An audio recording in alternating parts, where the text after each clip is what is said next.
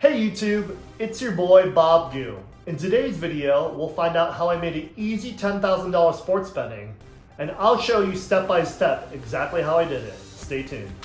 Today we'll be talking about a concept called sports betting arbitrage. What's sports betting arbitrage?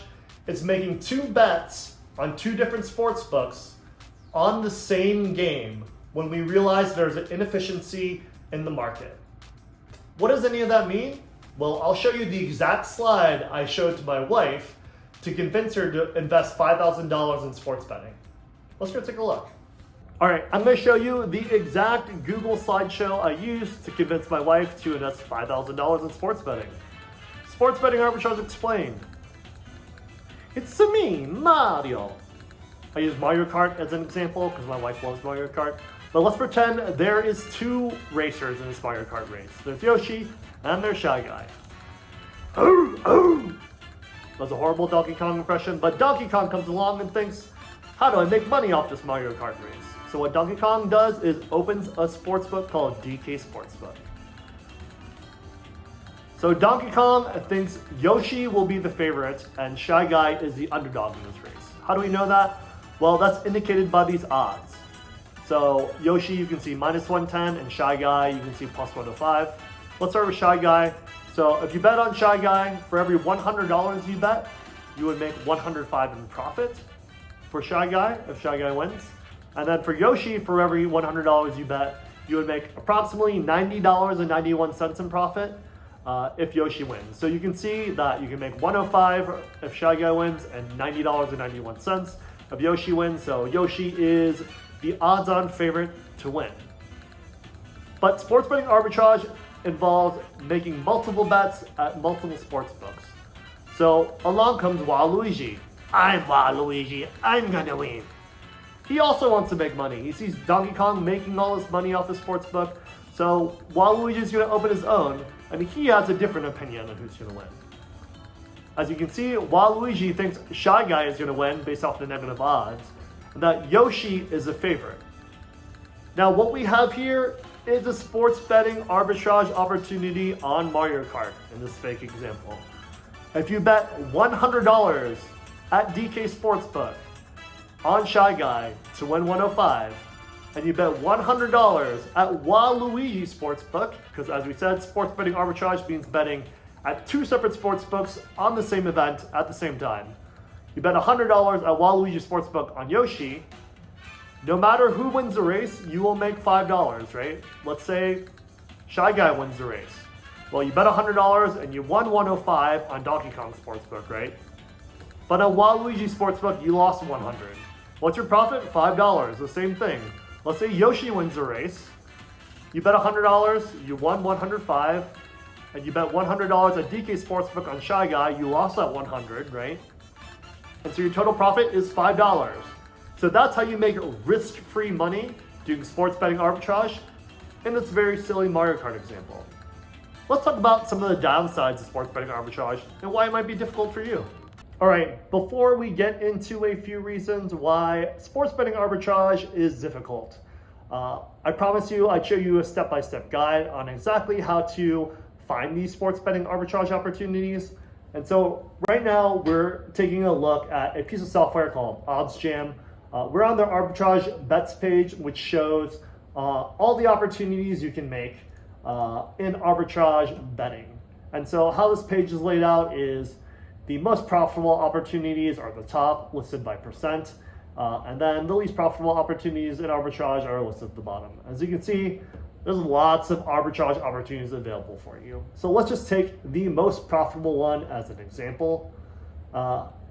Ezekiel Elliott over 0.5 touchdowns. That just means Ezekiel Elliott will score one touchdown on PointsBet, and Ezekiel Elliott to not score a touchdown on the sports Betflip. And as you can see, there is an arbitrage opportunity that's listed for us here. So how do we know this? Well, if you add the numbers 240 and you subtract minus 215, right, that is 35. That equals 35, and so you know there is an arbitrage opportunity because the number is positive essentially.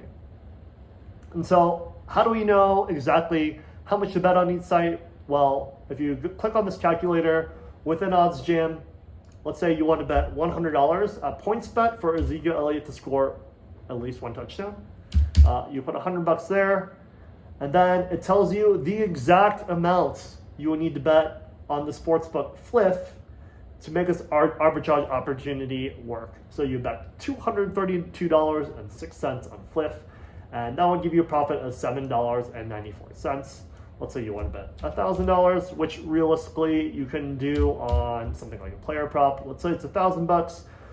You bet $2,320.63 on Fliff, and that would give you a profit opportunity of $79.37 risk-free. And so that is the step-by-step guide of exactly how you find arbitrage opportunities, like which sports books you would bet them on, and sort of using this arbitrage calculator, exactly how much you would bet on each site. And in this example, you can make $79.37 of risk-free profit. So I just showed you an example using Mario Kart, how to make it easy $5. But what are 3 reasons sports betting arbitrage is difficult and might not be for you?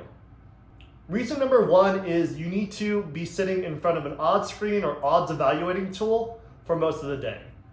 These arbitrage opportunities move very quickly. Sometimes they can last as quickly as 5 seconds, sometimes they can last up to a minute. But once a sportsbook realizes there's inefficiency in the market or the odds that they're laying for the game, then they're going to change that line very, very quickly. Also, there's a lot of people out there that are looking for these arbitrage opportunities. So the more people that are looking for these opportunities for risk-free money, then the faster these sportsbooks are going to change their lines. So that's reason number 1. Reason number 2 that makes sports betting arbitrage difficult is you have to move money around a lot. Let's use our example of Donkey Kong Sportsbook and Waluigi Sportsbook. Let's say all the bets I made on Mario Kart, all my winning bets exist on Donkey Kong Sportsbook. That means my money in Waluigi Sportsbook continues to go down, and eventually I have to redeposit.